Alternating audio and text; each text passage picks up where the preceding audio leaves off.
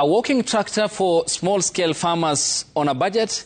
Well, that was one of the innovations that stole the show at this year's Nairobi International Trade Fair, popularly known as the A.S.K show. From groundbreaking farm technology to award-winning dairy breeds and food safety breakthroughs, this year's fair at the Jamhuri Showgrounds had it all.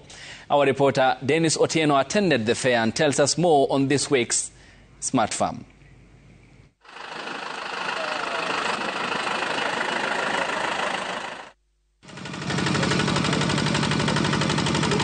For many small-scale farmers, the challenge of expensive farm machinery could soon be a thing of the past, thanks to this walking tractor, one of the biggest attractions at this year's Nairobi International Trade Fair.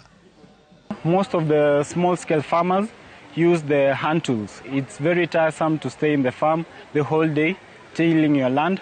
Also, another reason is the labor intensity that you need to use while using the hand tools. The innovation resonated with farmers grappling with labor shortages and high mechanization costs, offering a sustainable option that's light on both fuel and finances. A farmer can use for an acre only 2 liters of diesel. 2 liters of diesel approximately cost 350 shillings. So compared to when you hire a tractor maybe for 3,000, or when you hire any source of labor, you are saving a cost by almost a quarter of it or a half and more. Yeah.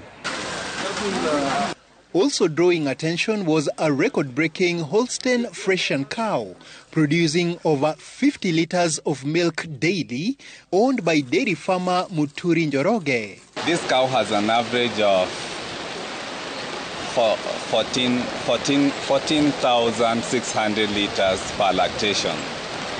That is an average of 54 liters per day. Yeah. Muturi's champion cow, crowned Supreme Champion at the fair, is part of a progressive breeding program aimed at improving milk yields, disease resistance, and overall animal health. This is a result of years of breeding, improved breeding. Every year we check at the traits, what is knacking. We look for a bull that is able to supply that. So this cow is coming from a long line in a family tree that has progressively been improved. Meanwhile, the Kenya Agricultural and Livestock Research Organization, KALRO, showcased a breakthrough in tackling aflatoxin contamination, a persistent threat to food security. We realized that aflatoxin is caused by a fungus called Aspergillus flavus that is actually present in the soil and the plant tissues. So during the phase when the crops are growing, there is a huge exposure to this toxigenic aspergillus. So what we did is we made this biological control called Aflacet. It is a very simple and easy and cost-effective strategy to control aflatoxins. A farmer needs only 4 kilos of Aflacet, and they apply these 4 kilos in 1 acre. So you apply it 2 to 3 weeks before your crops starts flowering. This year's fair brought together over 300 exhibitors, including participants from China, India, Ghana, Tanzania, South Africa, Canada, and Nigeria.